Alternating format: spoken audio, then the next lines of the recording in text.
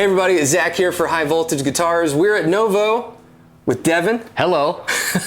And Devon is going to show us around the facility. We've come on a day when there's nobody out there, so we have full run of the place, right? We do. It's the world is our oyster. Also, the shop is our oyster as well. Fantastic.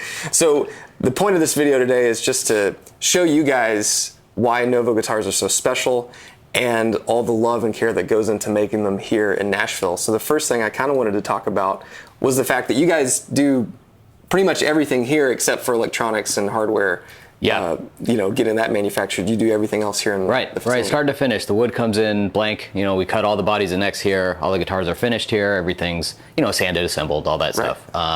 So yeah, start to finish here. And then we order, different parts, bridges and pickups from, different vendors that we have, companies. Right. But yeah, start to finish. Okay. Well, I think the first thing to look at is the wood, because the thing that people notice as soon as they pick up a Novo is how light they are and how resonant they are. Yeah. So let's go check out some of the wood in the shop. So the wood comes in already tempered, and the tempering thing is a big part of what makes Novo guitars. Yeah. Novo guitars, really. Yeah. So what do you think the tempering does for an electric guitar? Well, it takes all tempering is essentially just a kiln dried process. Right. So all they're just kiln dried. That's a thing that you'll see with other manufacturers and things too. Yeah. Without all that moisture, we are getting the guitars to be lightweight. There's that resonance that's in there too. And that translates when the guitar is plugged in and when everything's put together too. You combine that, with the Fralin pickups we use, or and the Mastery and all that stuff, and it really all together just has a really unique sound. So here are some bodies that are cut from the CNC, and you guys kind of grade them based off the weight of the wood or what guitar it's going to be. When dealers are custom ordering stuff, you guys are not just grabbing any piece of pine, which most of the stuff is pine. Right, yeah. All the solid body guitars are pine, tempered pine. We do offer on a number of them, we do offer ash. So there's a swamp ash that we offer on there. Yeah. All the Miris models that we do, the semi-hollows, they're all ash. Right. We don't do pine on that. We'll get the blanks of wood and do this rough cut, where it's, the shape, and there's some tabs on there for the CNC. As you can see, this is a Solus body. And this is how, things are put down on the CNC table. And then from here, they'll route out the pickup cavity and the control cavities and all that kind of stuff. Right. And then it goes on into sanding and everywhere else. But what we do when we do this, we will get a weight on these. Yeah. So we'll weigh them and then kind of separate things out. Since we have a weight goal on all the guitars, we may use a body that's like a little bit heavier for something like a Solus M1. Right. Because there's less hardware on it than there is on a Serus J. And it's a smaller body. Smaller body too, right. So certain things like that. And you guys famously have a process to really show the grain on all of the pine, and depending on the finish, that will really make or break how that grain appears after it's painted. Right, yeah. And that's a big thing. We really want to show off the character of the wood. We shoot the finishes pretty lightly.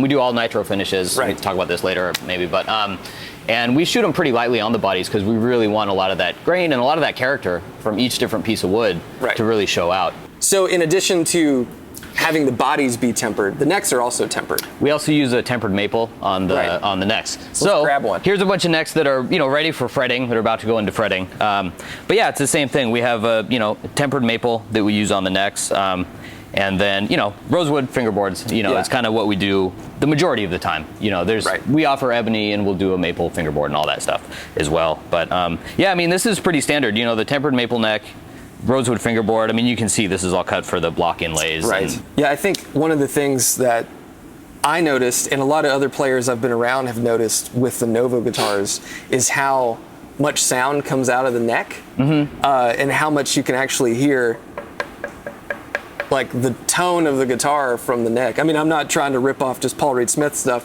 Yeah. By knocking.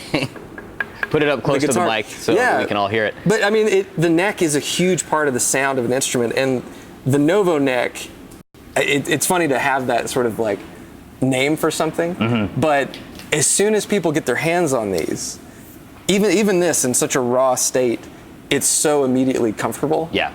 And the fact that this is producing a part of the sound is, I think, what makes the whole guitar more than the sum of its parts. Right, I agree. I've been with Novo for 8 years, just over 8 years now, and our necks, that's the feedback I get from people is, oh my God, the necks, like just how comfortable they are. It's the first thing you feel, right? Absolutely.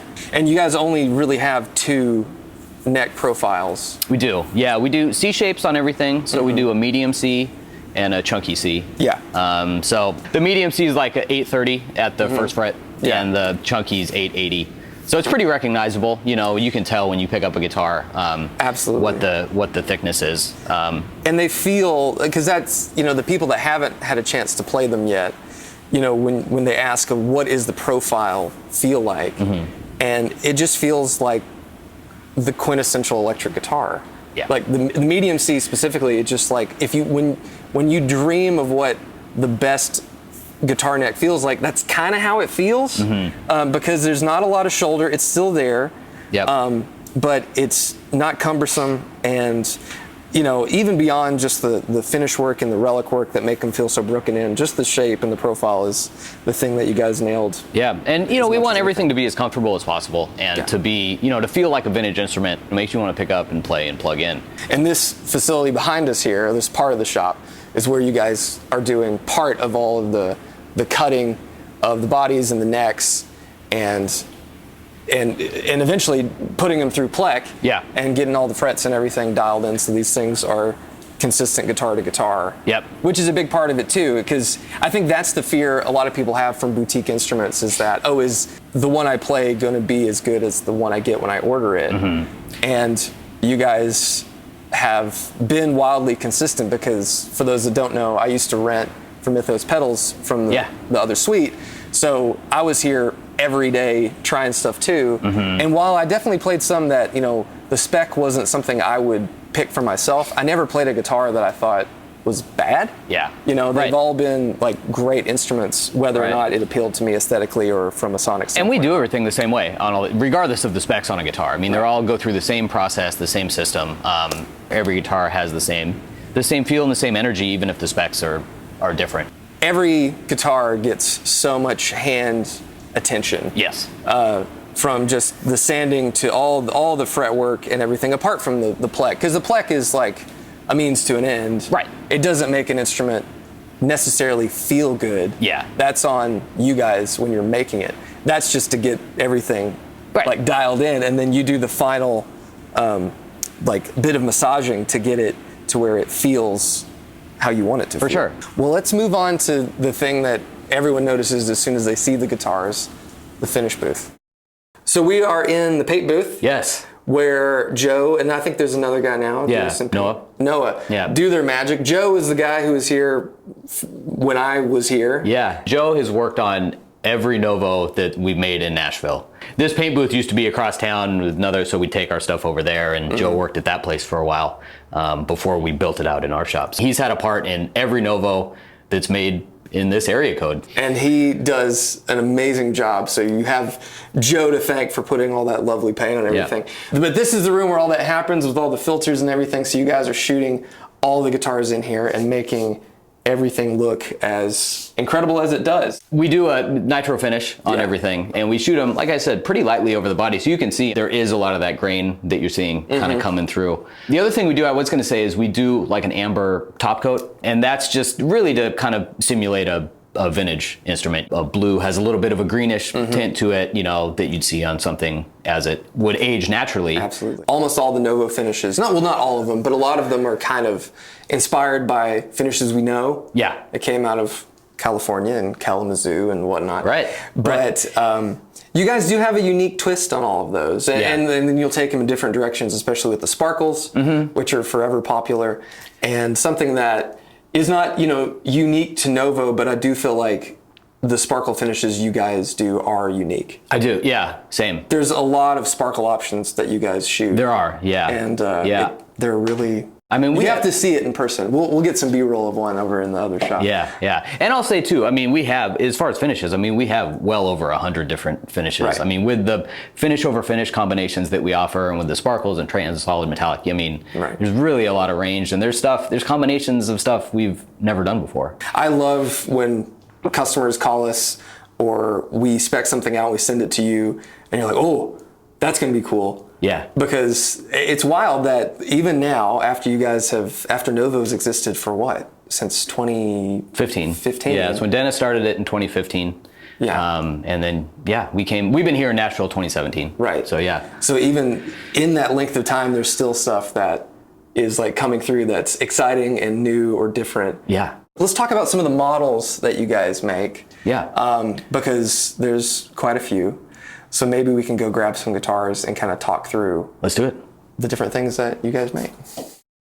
So Devon, we are in assembly now. Yes. This is where the necks get bolted onto the bodies and everything gets the final setup and all the tweak before it comes over, I guess, to you, right? And over to your side? Yeah, before it comes over and we invoice it and, ship it out. And sure. We get a photo of every guitar now, too, so that's part of the process. But, yeah, I mean, here in assembly, that's it. Bodies and necks come in here after they're distressed, and everything gets wired up and set up and, all of that. When I was here, when we rented from you guys, there was about the longest cord in the world that went up through the ceiling. Is that still the case, or is it more direct? Now we have we have three different assembly techs in here. Okay. And now we've got a couple of these Fender champs. Oh yeah. To test out.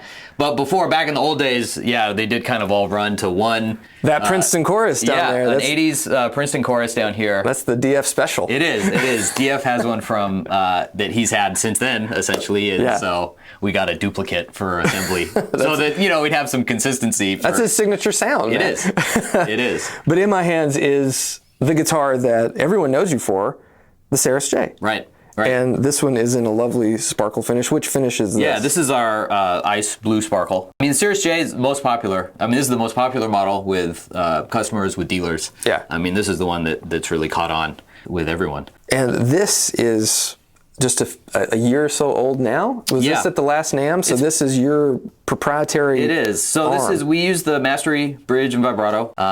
So about a year and a half ago, DF and Woody at Mastery kind of came up with this new custom plate that we have here with our tri-plate logo engraved on it here. It's a little bit of a different size, but the mechanism's the same as everything else Mastery does. And then they came up with this lightning bolt shaped arm. Yeah. Which we've been using since then. And this is amazing. I mean, it keeps the arm just right, so it's kind of out of the way, but still accessible.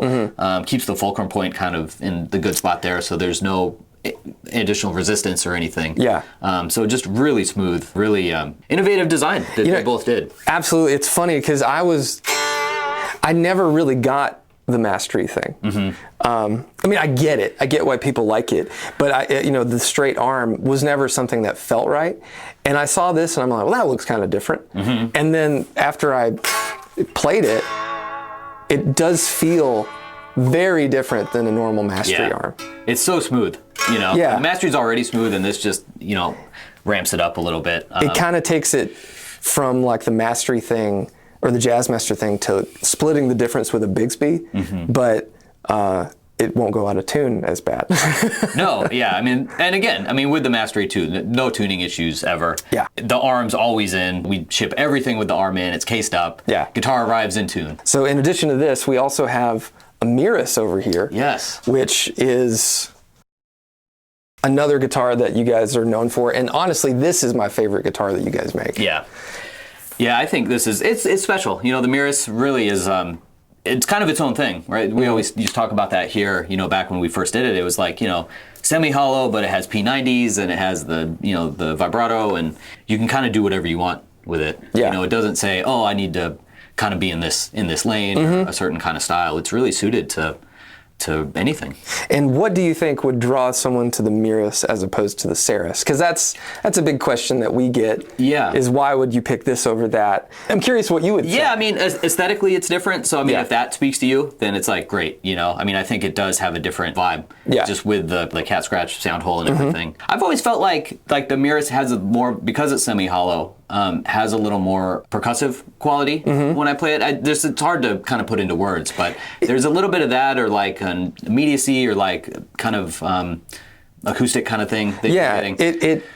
One of the things that people talk about with vintage semi-hollow and thin line instruments is that they have like an air around the note. Yeah. Is like they kind of bloom differently when you play them. Even unplugged, there's there's just something different about how they produce a note, and that comes through, I think, an amplifier really, really well. But yeah, this is is this a thin line, or is this a semi-hollow? Like, what would semi-hollow is what we always say. You know what I mean? That's kind of how the terminology. It does have a center block and everything. So okay, and this is a top that is glued on. Right. So it's kind of classic, kind of splitting the difference between classic California and, again, Kalamazoo construction. Right. And the back has like the belly cut. Yep. And a round over. Yeah. And the tops are typically bound on these. Yeah, yeah. We do some unbound one. If it's a sparkle or finish over finish, we don't do body binding. Right. And even on any Miris, we could do it unbound if you want. If someone wants that. Right. But yeah, primarily they are bound. And this is the last 2024 we introduced this design, with this cat scratch sound hole and the contoured back, and I love it. Yeah. I really think this is just really a stunning design and a stunning guitar.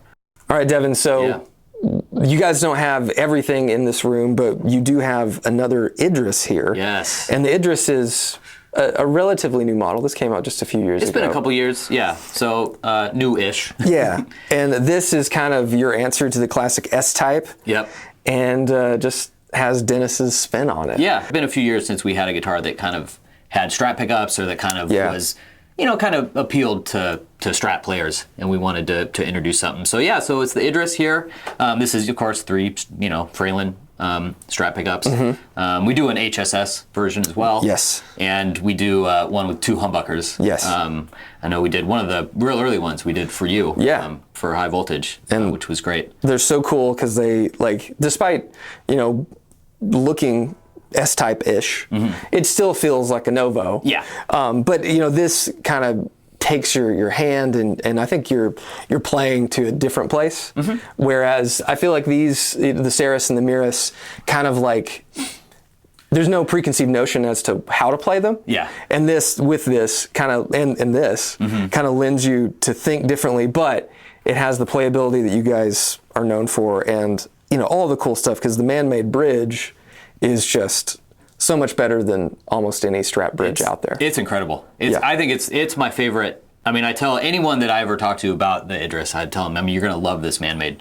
We set it just slightly floating too, just a little bit, so you can do, pull it up just a bit. We do a master volume, master tone, and then we have a bridge neck blend. Yeah, you get your David Gilmour sounds with that. Yeah. But in addition to this, you guys also make the Solus. Yes. Which, here's a Solus body. Yeah. And the Solus is a smaller body. Initially it was the F1 and the M1. Right. And now you guys have the F2 with 2 pickups. And typically this one's got the German carve. Yeah. German carve is kind of, it's the standard option, I would say. I mean, of course, you can order any of the Soluses without a German carve. Right. I love the German carve personally, so I would do it on all of them. Yeah. But this is great. Yeah, the Solus F2, so it has a Tele bridge pickup and a P90 in the neck, Tele bridge. So that's kind of our, quote unquote, Telecaster inspired. T-style. Yeah, T-style. Yeah, right? You can edit that out. Definitely cool. Something we wanted to do for a while. We had just the single Tele bridge pickup model for a number of years, and then, kind of added the ability for a neck pickup. Yeah, thanks to that signature probably That's a right. few years ago. And then in addition to this, there's also the Voltur, which is kind of like Firebird-esque, but it's not. You can get it in either the J format or with the chopped Tele bridge. Right. And that guitar is altogether different too. Yeah. I mean, that's really its own thing. And really, I think one of the more, there's versatility with everything. I think the Voltur is one of the more versatile instruments that we offer. Yes. Because of the pickup option that we have in there with a humbucker, with a coil split, and then the staple P90 in the neck.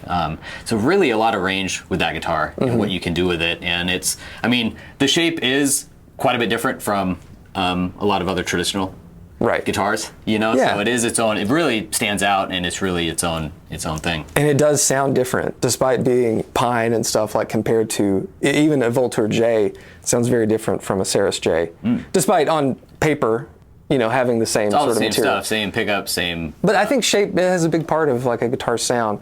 But then you also have the baritone, the Voltur B6, Yep. and now the bass. Yeah, the Iverus bass and the Voltur B6, those are both new for 2025. Yeah. So those are new models we just introduced at NAMM this year. So that's good. We're getting some good run on those, and it's fun to have a bass in the lineup. So Devon, in addition to all the finishing stuff, all the assembly, you guys might be most known for your distressing? Most infamous for your distressing? Yeah, right, I don't know.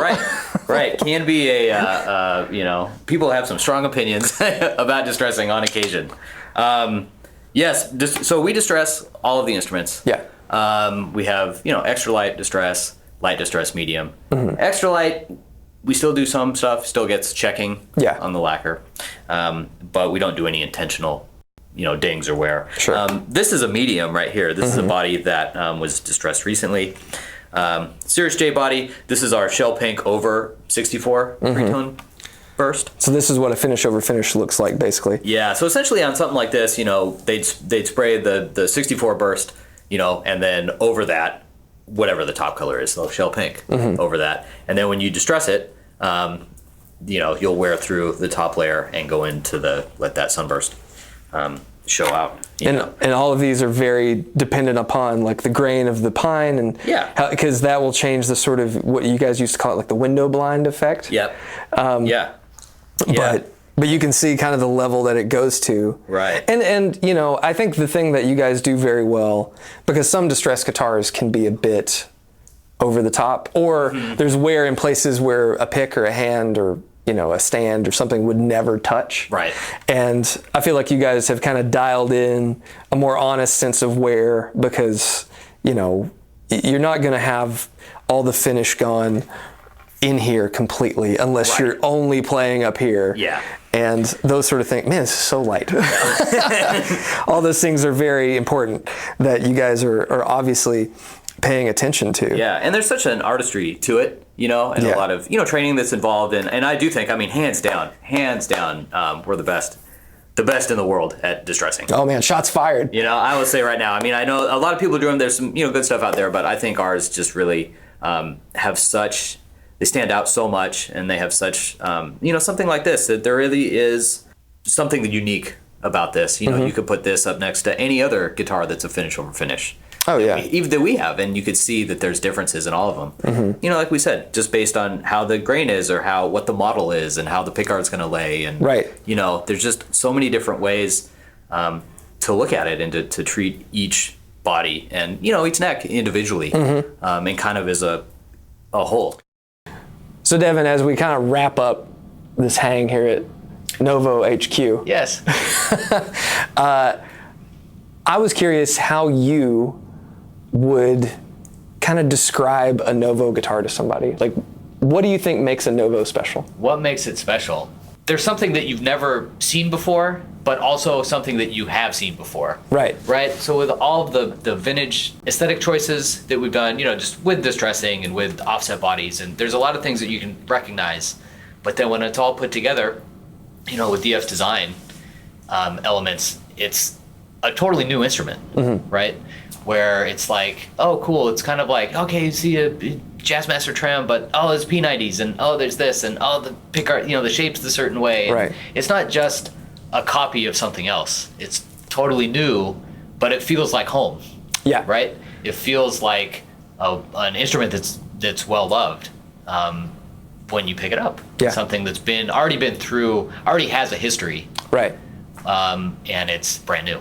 You know? I think the shapes are one of the things that are so compelling about it, because like you said, while they are pretty wildly different from most guitars you have seen really in like the history of electric guitars, there's still something oddly familiar about them, and it feels, I think a lot of people get kind of turned off by wild or different shapes, but there's something that still feels so familiar and still feels so comfortable about all the shapes you guys do that I think definitely draws people in. I mean, apart from, like we talked about, like the great playability. Yeah. We didn't really even dive into the sound. I think Novos have a very unique electric guitar sound. Yeah, They yeah. don't really sound like other things. No, they're very alive. Every guitar of ours that I've plugged in, every one I've heard, it's just like you can tell right away, that it does kind of just, like I said, cut through and just have an energy that you don't necessarily hear somewhere else. I want to touch a little bit on how we became friends. Yeah. Because people might not realize how I was introduced to Novo was initially through Revolta. Yes. Yeah. I wanted to bum a guitar for NAMM. Yep. And I came and hang out and I met you and everybody else kind of back then. But that was, gosh. That was early. We were here, so that may have been 2018 or so? 2018. Yeah, probably not 2017, but probably early 2018. But yeah, I remember. And yeah, I mean, we were in the same space, but it was much emptier. Yes. We probably had about 7 employees at the time. Maybe. If that. Yeah. But I remember, showing you around and, the photos and everything you took. So yeah, we met then and then just stayed in touch from there. And you helped us out with a lot of stuff, with the website that we, the earlier version of the website we had. And then when, you moved in here, had the space here with us. Right. So yeah, it's been a long friendship. It has been, but I think that's important for people. If you want to buy a Novo from High Voltage Guitars, you're not buying them just from anybody. You're buying them from fans of the brand, people who have connections and friendships with the brand. And there's also, of course, Matthew, who I stole from you guys.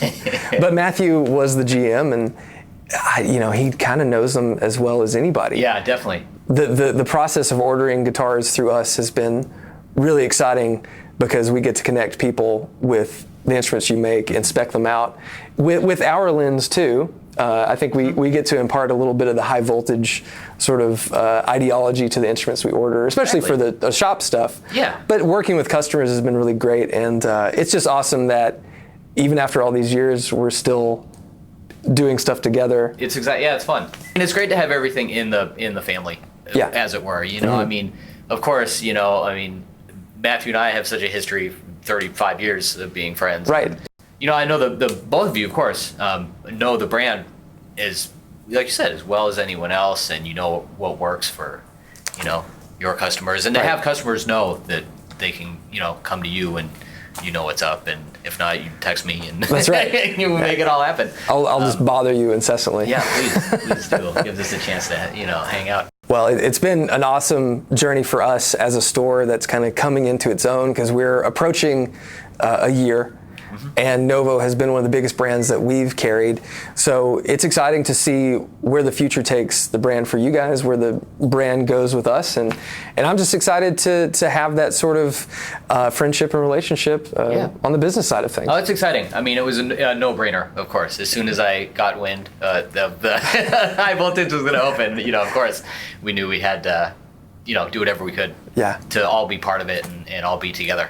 Well, I appreciate it, and if you guys want to learn more about Novo guitars, you can go to novoguitars.com or go to highvoltageguitars.com and read all about the guitars we have, or give us a call. You can talk to myself or Matthew, and we can help design the guitar that you want.